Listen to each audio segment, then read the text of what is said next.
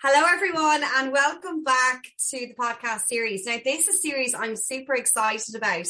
And the reason being is that obviously I talk retail and I'm in the retail space, but something that I haven't really touched on a lot in the series is marketing in retail. And what I'm really excited about today is I have Richard Liverman on, and he is fantastic in the marketing space. Now, what we're going to delve into today on this episode is why do you need to do retail marketing? How do you need to do it? And tips for doing retail marketing. So we're really going to break it down, simplify it, and really go back to basics on what that looks like in your retail store. So thanks for coming on, Richard. Thank you for having me. It's a great topic. I love retail. I've studied it. I've worked for a couple of very, very large retailers and worked in retailers as well. And I think it's such an interesting topic because lots of retailers are very good at buying and selling, but how do you get good about talking about yourself and promoting you from a marketing perspective? So it should be an interesting topic. Amazing. So I suppose starting off then, why retail marketing? Why do retailers need to market their business? I think if you go back 20, 30 years ago, it was dead easy. You put products in the store and people would come to you. I think with what's happened with digital and the rise of Amazon, the rise and rise of Amazon, there's so much competition out there, and just expecting people to come to your store is not enough. I think you have to talk to people. Now, in the past, if you looked at, say, doing a Christmas campaign, you were fighting against other retailers, whether it be in your local area or your vicinity, and you were trying to give customers a reason to come to you. Now I think your competition is so much bigger, whether it is high street giants, whether it is the online. And for me, if you don't get your marketing right, or if you're not doing it, I think you're missing out on an opportunity. And I think it's really, really important that we kind of understand why we need to do this. And for me, we all need customers. And it's also not just new customers that we need, but we need to talk to our existing customers. But we also need to talk to our teams that work in stores and inspire them. And I think, like I said, just having products in the store is no longer enough.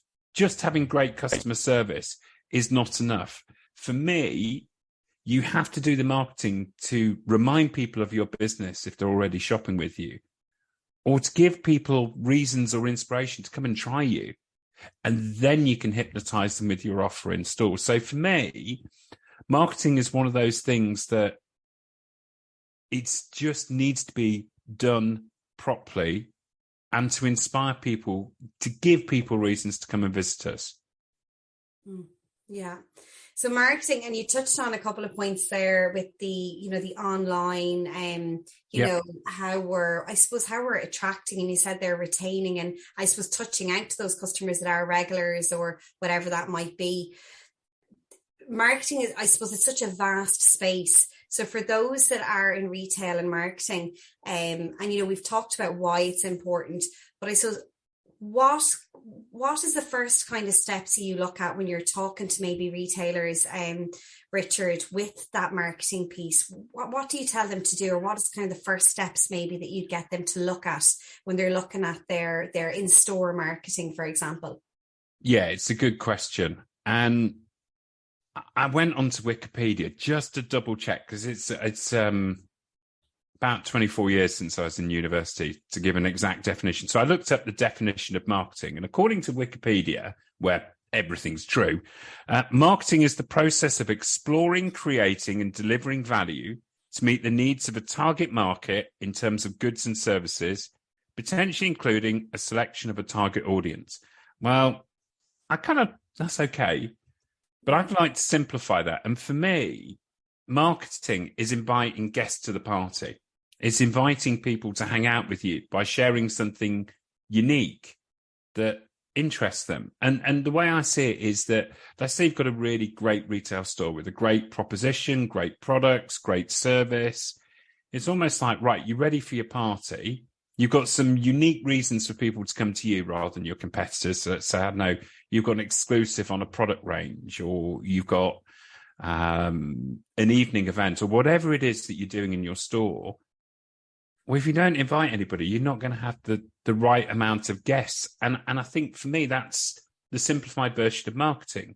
You're sharing stories, unique stories, and giving people a reason to come and hang out with you and to have that conversation. And for me, to begin with, I think the marketing has to be around, right, is your house ready to invite guests to?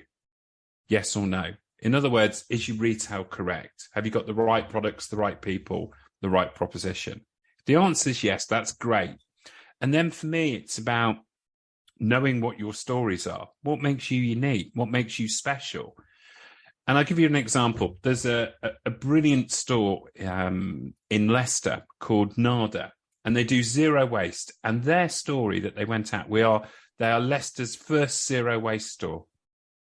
And it came out, and their products are great. They've kind of got those kind of big containers full of pasta. They kind of you can bring a jam jar in and they give you sort of soap to take away. It's a really fantastic proposition. The products are great. The service is lovely.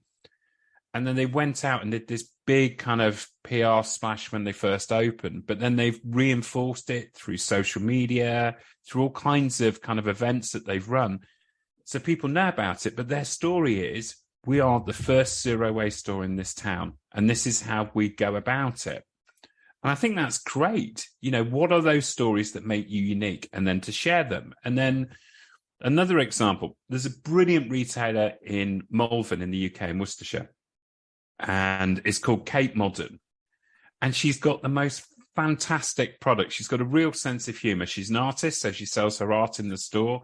And she's got the rudest soap you've ever seen. It's just got the most disgraceful names, but it's really funny and it kind of matches her personality. And we were talking about this and she said, oh yeah, nobody else has got this at all, like locally or anywhere in the county.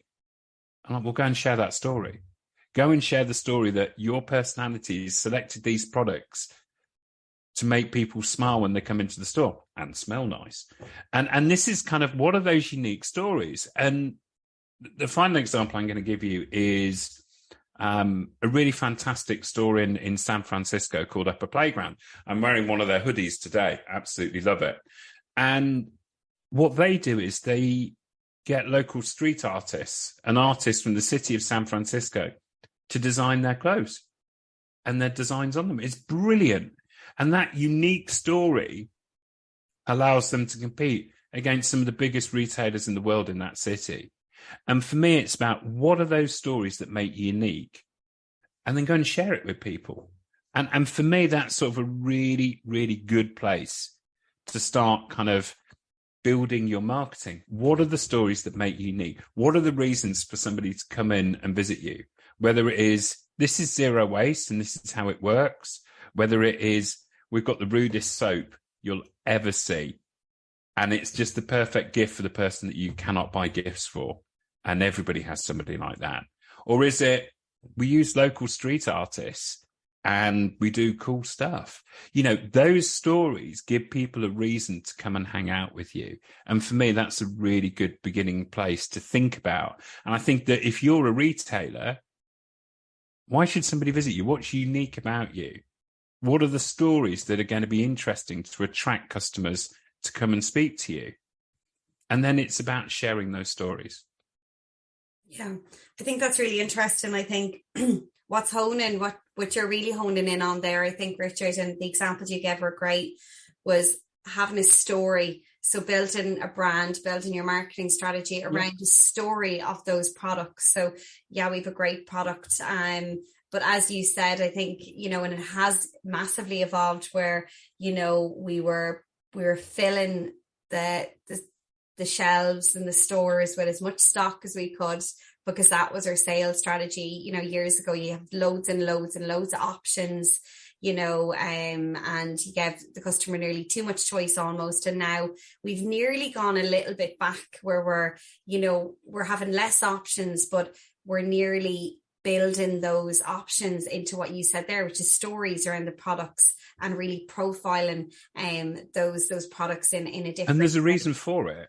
And the reason for it started probably 2006, 2007, where it just exploded, which is Facebook. Facebook made storytelling fashionable again.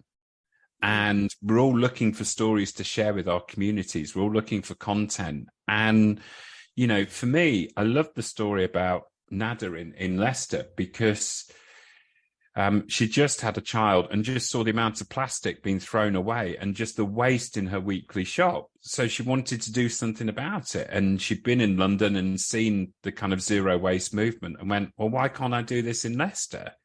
And I just thought, wow, I really like her story. I've really bought into her. And then I've gone into the store and it's great. And I've then gone and shared that story with my local community. And for me, that's where I think storytelling has become fashionable again, or whether I go in and buy the kind of the rudest soap you've ever seen and give it to my friend Hannah.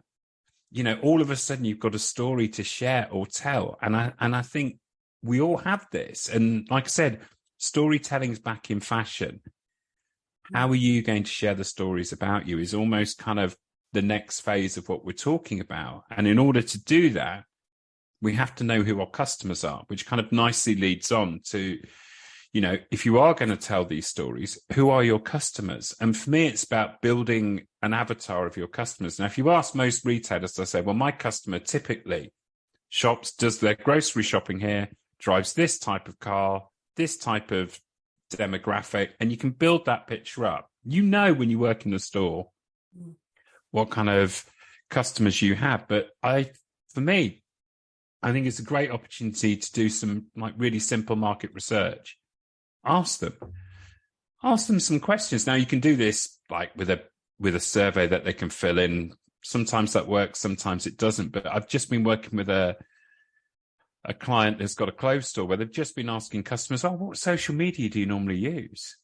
And they're almost expecting everybody to say Instagram. And it turned out it was a slightly older demographic. They were saying, well, actually, we use Facebook and Twitter. Oh, that's really useful. And I think there's something about, if you can build up that picture of who your customer is, not only are you going to buy the right products and put it in front of them, but you can tell them the right stories in an environment that suits them.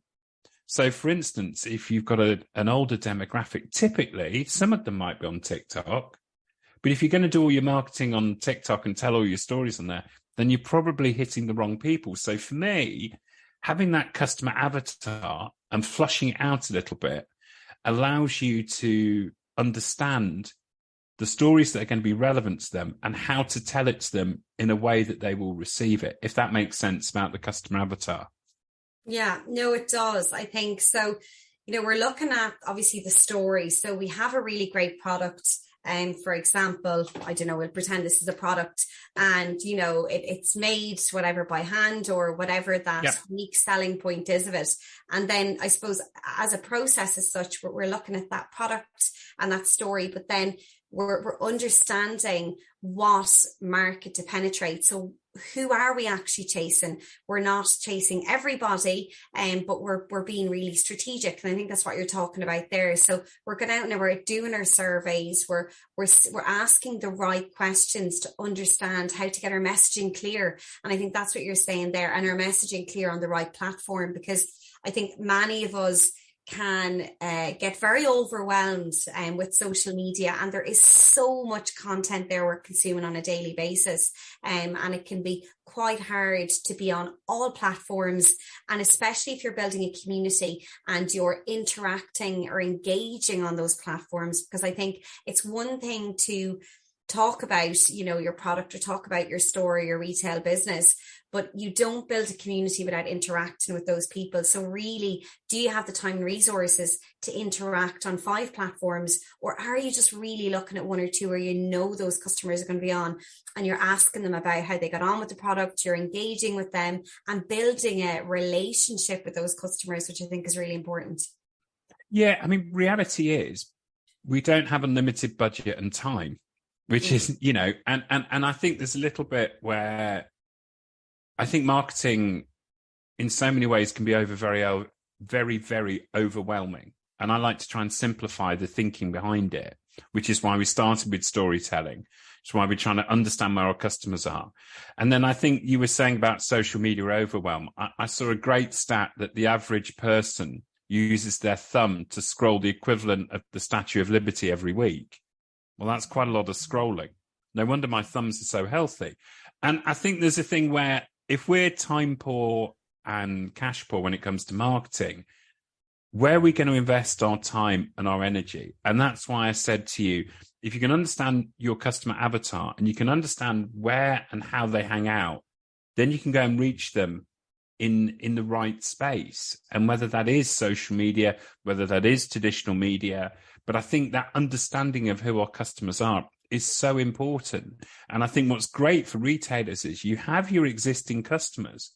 Go and talk to them. Go and ask them questions about where it is that they hang out. Where do they, some of it, if people are walking into your store wearing designer clothing. So you can kind of build up an impression of them.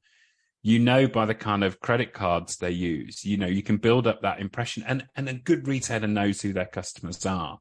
But asking them a few more questions about where they go, who they interact with, how they engage, I think it really helps you build the decisions around where do you put your marketing efforts. And I think otherwise you're going to waste time, but also you're going to waste resource. And it's fascinating for me when people say, oh, but my store's for everyone. Well, it might be, but who is your typical customer? Because there is always a typical customer that comes into a store.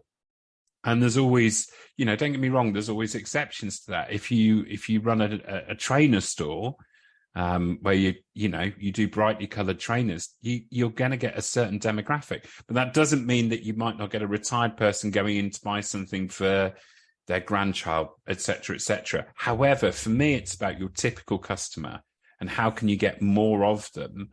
If you are going to go after a different segment, great, but make sure that you've got everybody from your typical first, is my thinking.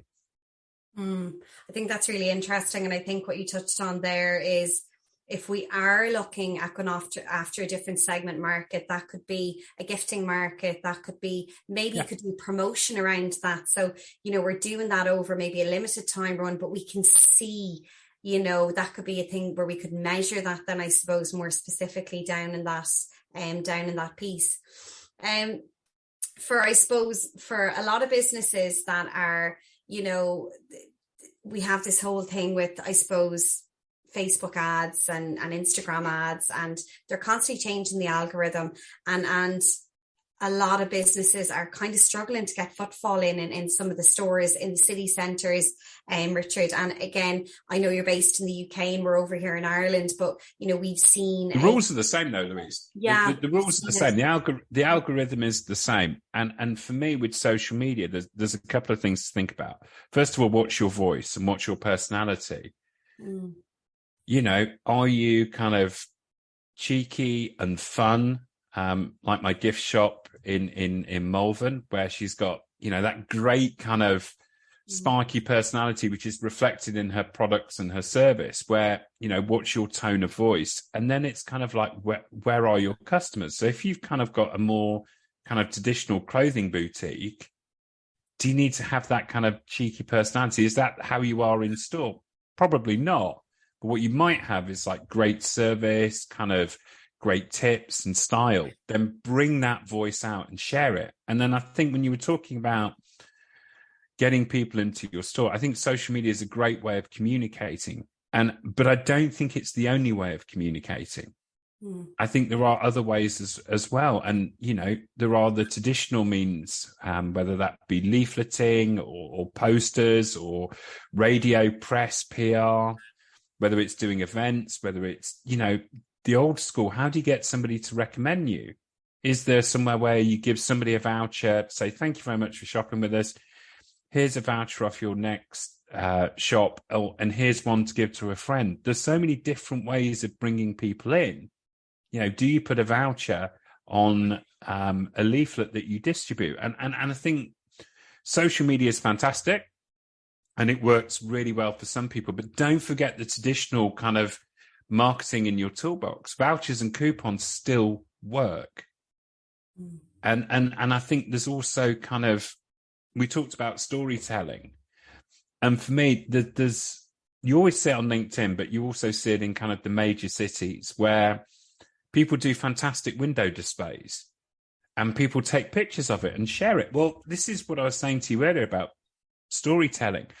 Customers and consumers are always looking for content. If you do an amazing window display, people will talk about it. They'll take pictures. They'll share it with their communities. And you see it on Instagram. You see it on Twitter. And you don't have to be a Fortnum and Mason or a Harrods to do these great window displays. Independents can do that and create something really fantastic. And then very simply, just put a hashtag on the window so people and make it easy for people to share.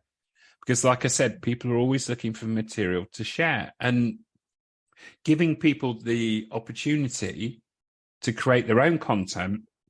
And again, referring to the artist store, she's just put a giant kangaroo in the middle of her store that's made of lots of different parts of Australia. So they've kind of got different materials, this and that.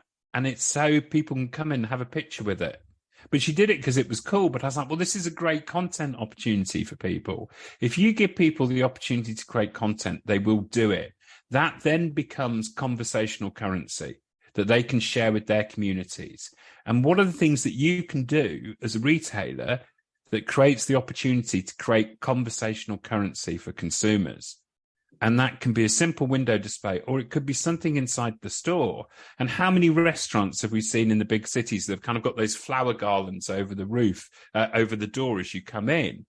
That's for people to stop and take a picture. Now, I'm not saying everybody should do a flower garland on their door because I think it's a little bit overdone.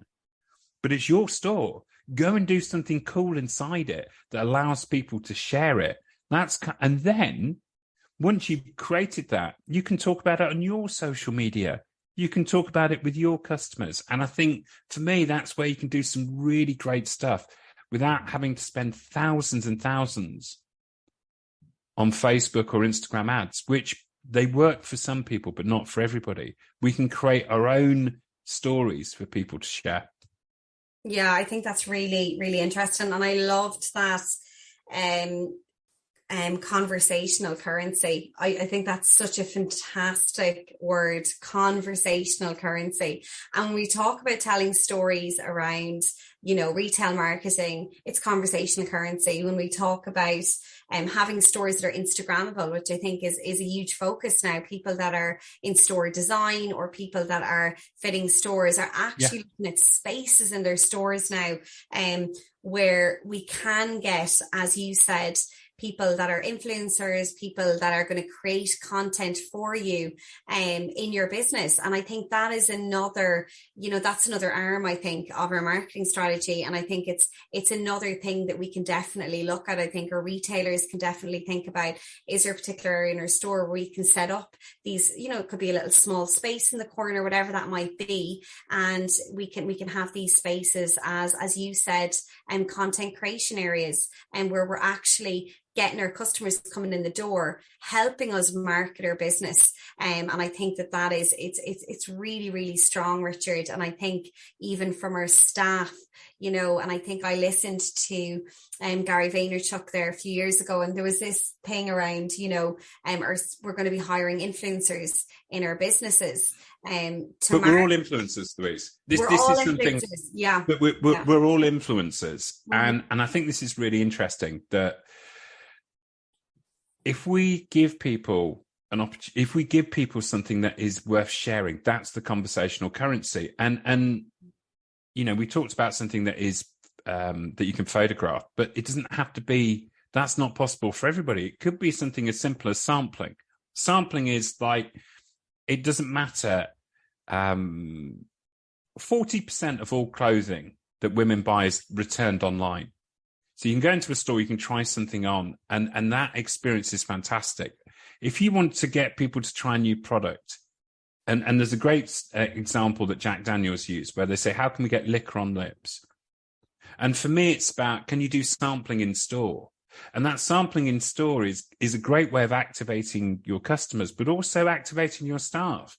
How can you teach them about the products? And I think there's lots and lots of ways that, retail's been told for years that they can't compete with online. I disagree. You can compete online. You have to create memorable experiences. You have to have unique stories. And sampling is done brilliantly. If you go into any hotel chocolat store, you'll always be given a sample. And, if we think about it as an independent, how can we do things that allow people to share stories, allow people to, influence their local communities? Because in the same way that, you might have a conversation with your friends, oh, you've got to go to this store, it's great, or you've got to go to this new restaurant. What are those reasons, and how can you help people share those stories? Whether it's sampling, whether it's something Instagrammable in store, whether it's that service from somebody in a fashion boutique that goes, no, that doesn't look right on you, but this does. And they're the kind of, the magic that retailers need to share. Yeah, and I totally agree with that activations piece and sampling. And a brand that does that really well is Rituals, who I used to work with at one point. I don't know about you, Richard, but what I found was 2019, there was a huge, we had Lush, all these kind of cosmetic brands really driving, as you said there, brand activation. So we're getting we're using that interaction, that touch feel piece, because we know it increases conversion. And when we process it, we're going to get it through the till if we get them to touch and feel, taste the product. But I feel when COVID hit, everything stopped. So we closed our fitting rooms in stores. And I am going to touch on this because I do think that now we're trying to nearly go back to that again. Does that make sense? Because we closed the fitting rooms. We said, cosmetic brands weren't allowed, we weren't allowed to give out samples, and we weren't allowed to do any of that. And these are big brands that weren't giving us, normally you get the sample or whatever and all of this sort of thing. And that went to a total standstill in 2020. 2021, still not really clear. 2022, we're starting to now get back into it. But I feel since that whole movement has happened, that now we've nearly forgotten about that, and we're nearly going, well, we need to now, do virtual reality. We need to not have that touch and feel.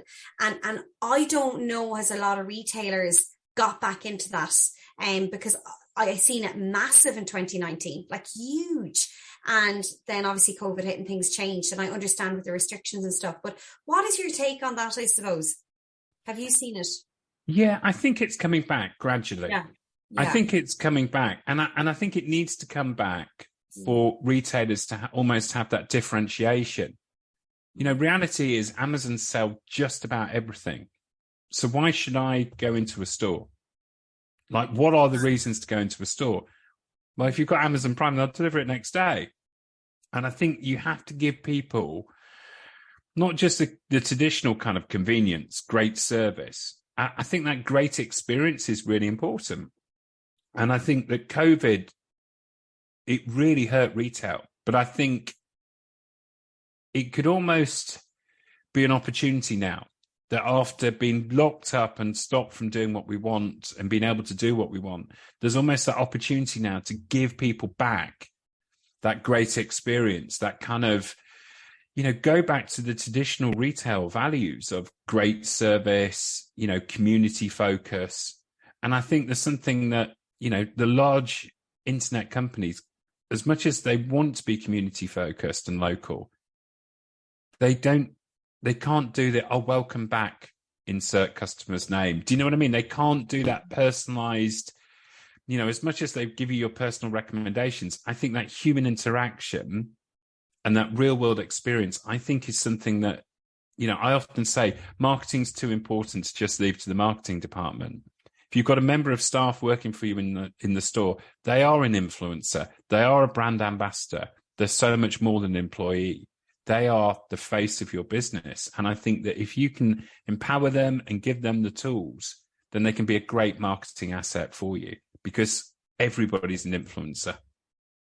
Yeah, I think that is so, so true. And I think I do think in probably larger scale retailers more so than the real small ones, because they're doing the everything. They're the one man band show that and I've seen it in working in companies myself, well, that's not my job. That's the marketing department's. That's not my job to promote. That's the marketing.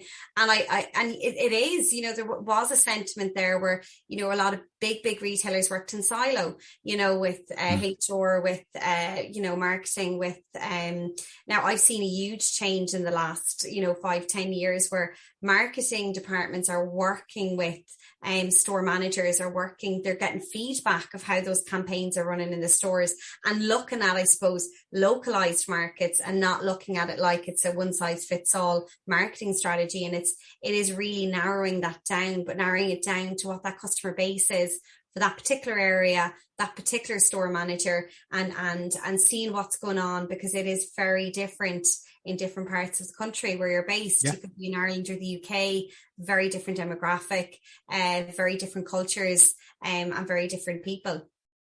So the principles remain the same. The principles remain the same. If you give people a great experience, they'll talk about it. You've got to give people reasons to come and have a conversation with you. You've got to empower your teams to be able to talk to the customers. And I think for me, whilst your sampling might be different in Dublin to London or, Cork to Corby, fundamentally the idea of sampling, the idea of welcoming customers, the idea of giving them reasons to talk about you remains the same.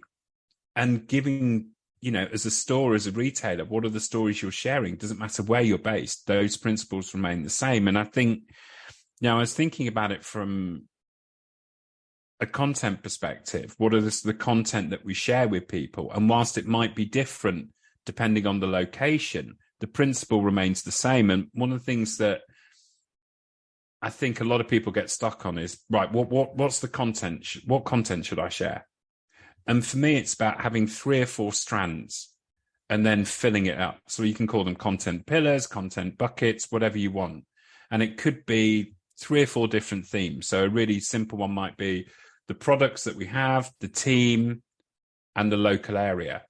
And then you have these pillars, and then you go out into your stores and get content. And that could be based around the products. I told you about the Rude soap earlier, or the street art. You've got loads of product pictures.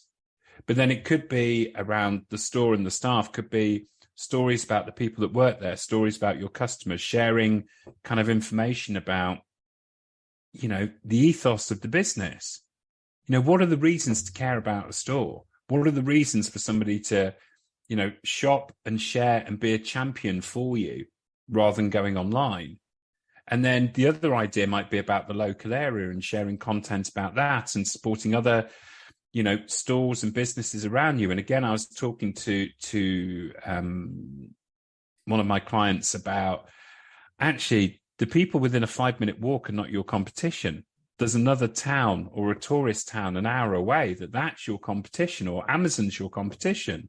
So actually giving people a reason to shop in your local area is not just your store, it's the local area. Well, there's a fantastic coffee shop next door. Share their content.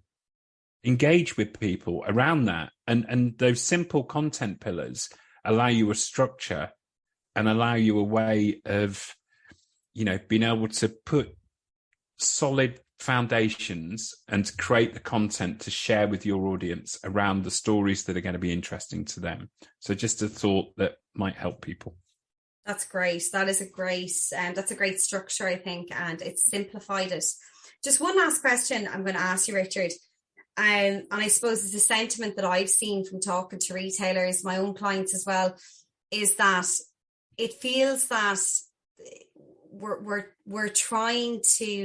retailers are trying to compete marketing wise with online. We're trying to reach loads of people. Do you feel we've overcomplicated a simple process? Do you feel that retailers are they're getting confused on I suppose what their deliverables are from a marketing piece in a store? Because I am seeing a little bit of that, and I know you touched on, and I'm not hearing a lot of it, but I do see there's a huge return on investment with, as you said, the old fashioned way, again, going out and doing leaflet drops or whatever that might be, that there is still a huge market for that. But we're really not seeing the wood from the trees in that aspect. I think marketing has been so overcomplicated, and I think there's so many different ways to spend money. And it's always interesting when you check your LinkedIn or your phone messages, and you'll often have people, I can help you with your SEO, I can help you with Facebook, I can do Instagram for you, I can do TikTok, I can do all of these things. And it's become really overcomplicated. Reality is, most retail businesses need more customers coming into store, spending more money. So how do we increase the sales, the average transaction value, or the average amount of customers per week? Fundamentally, that's what we need to do. Marketing is there to assist that process. And if you simplify it, your stories, your reasons to come in, your unique points, your customers, how do you connect it? And if that connection process is by using SEO or by Instagram, great, do it. Whether it's by using leaflets. And I think everywhere is different, which is why I think you need to have a little bit of a plan, but I also think you need to know your customers and your stories. And then it's just about connecting them. And I think it's really interesting. Everybody will tell you that the type of marketing they do is the most important. You need to do Google Ads. You need to do SEO. You need to do Instagram. You need to do what's right for your customers. In the same way that you get the right product assortment, it's no different with marketing. What are the messages that are going to influence people to come in and increase their average transaction value or increase the average amount of customers into your store? Simplify it, really simplify it. And then you can start building a plan around it. But like I said, there's so many people out there selling their services, which is great, but there's also a little bit what's right for our customers. Thank you, Rich. So at the end of the show, I just give a kind of an overview of what we kind of discussed, I suppose. And I think you really touched on it there just a minute ago. We have a really great product.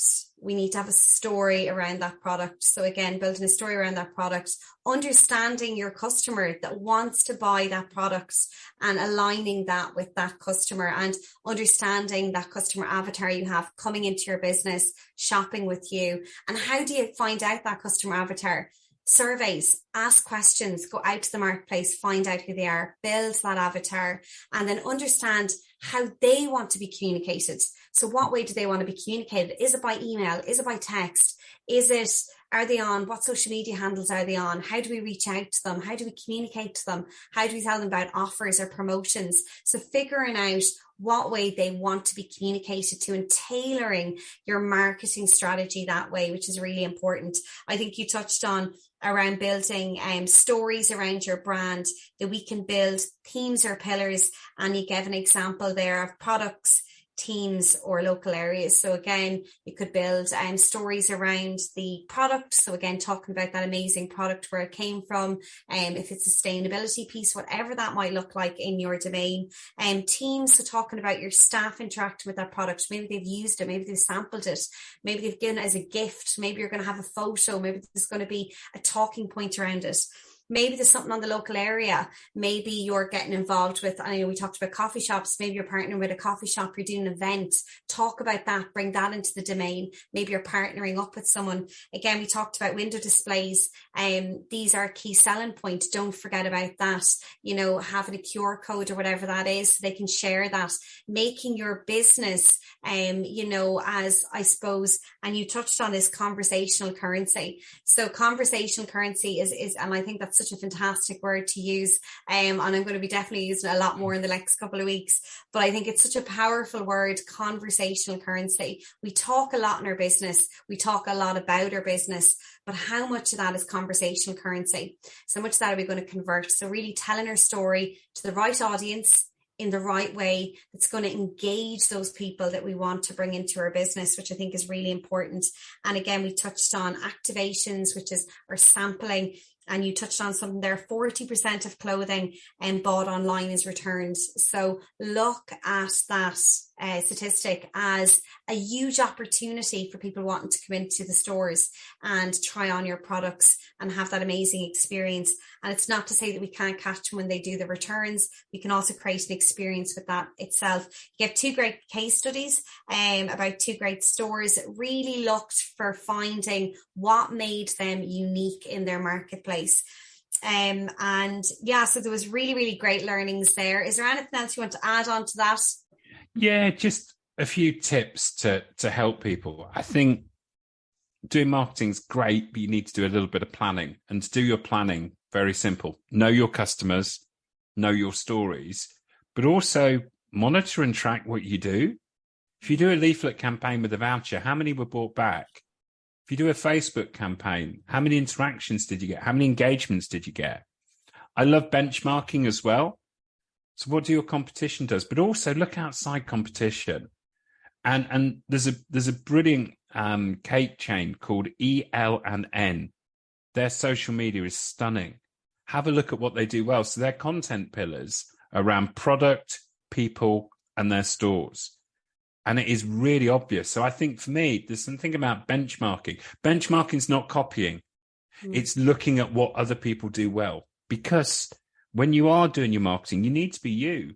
You need to know your voice and you need to know your business. And those stories don't necessarily just have to be about your products. They can be about why you set your business up. So I talked about the zero waste store. She did it because she wanted a better future for her kids. That's really powerful. Why did you set your business up? What do you enjoy about it? I think that whole idea of your voice and your tone of voice and your brand voice is really important. And then just remember with marketing, it's about inviting people to your party and giving them unique reasons to come and hang out with you and your store. It really is that simple. That's fantastic. I love that last part. It's about inviting people to your party. So we want to get the party filled. We don't want there to be nobody there to celebrate with us. That's really great. Richard, we've come to the end of the session. I'm really excited. We're going to have more of these in-depth discussions, which I'm really excited about. And I know there's going to be lots of retailers. They're going to have a pen and paper writing down because there is so much great nuggets there that we've discussed along the way. Now, if anyone wants to reach out to you, Richard, you're on LinkedIn, you're quite active. Richard Liverman on Richard Solutions on LinkedIn, is that right? Yes, so Richard Liverman is the easiest way to find me, and my business is Richard Solutions, both of which have really easy pages to find on LinkedIn. Please feel free to connect and comment. Brilliant. So if you have any questions for Richard on what we've discussed today, or you want to know a little bit more around retail marketing, definitely reach out to him. He's a salmon of knowledge. And thank you so much for coming on today, Richard. I really appreciate it. Thank you for having me. Thanks.